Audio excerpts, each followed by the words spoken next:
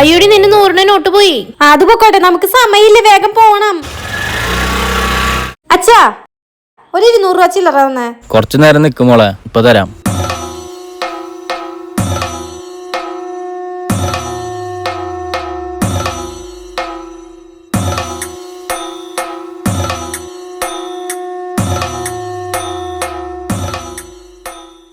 എത്രയായി ചേട്ടാ? 100 രൂപ.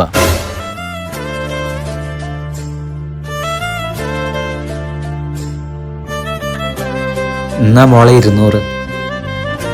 എനിക്ക് വേണ്ട അച്ഛാ.